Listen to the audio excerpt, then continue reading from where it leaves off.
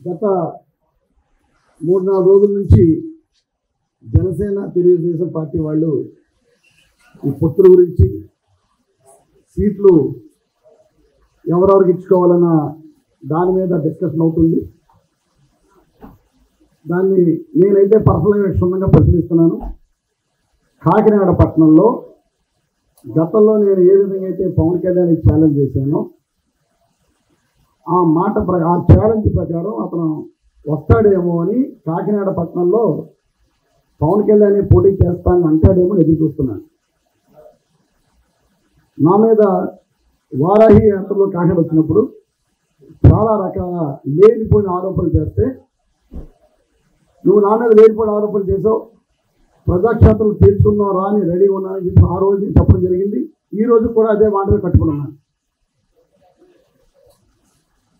అప్పుడు నా మీద ఆరోపణ చేసినాక ఒక 2 రోజులు 3 రోజులు కాకినాడలో ఉన్నా కూడా అతను కనీసం స్పందించలేదు.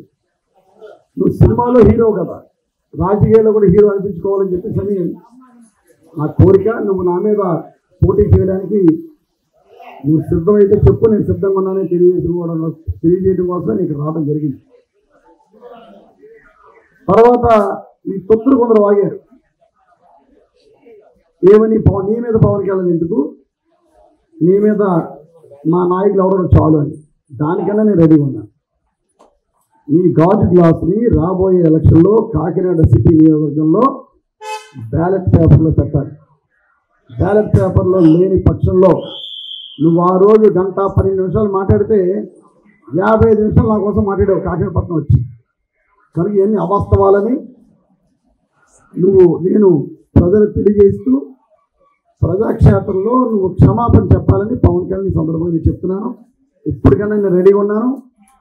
నువ్వు తోక ముడుచుకుని వెళ్ళిపోతే కనుక నువ్వు నా మీద చేసిన ఆరోపణలన్నీ అవాస్తవని ఈ సందర్భంగా నేను తెలియజేసుకుంటూ మరొకసారి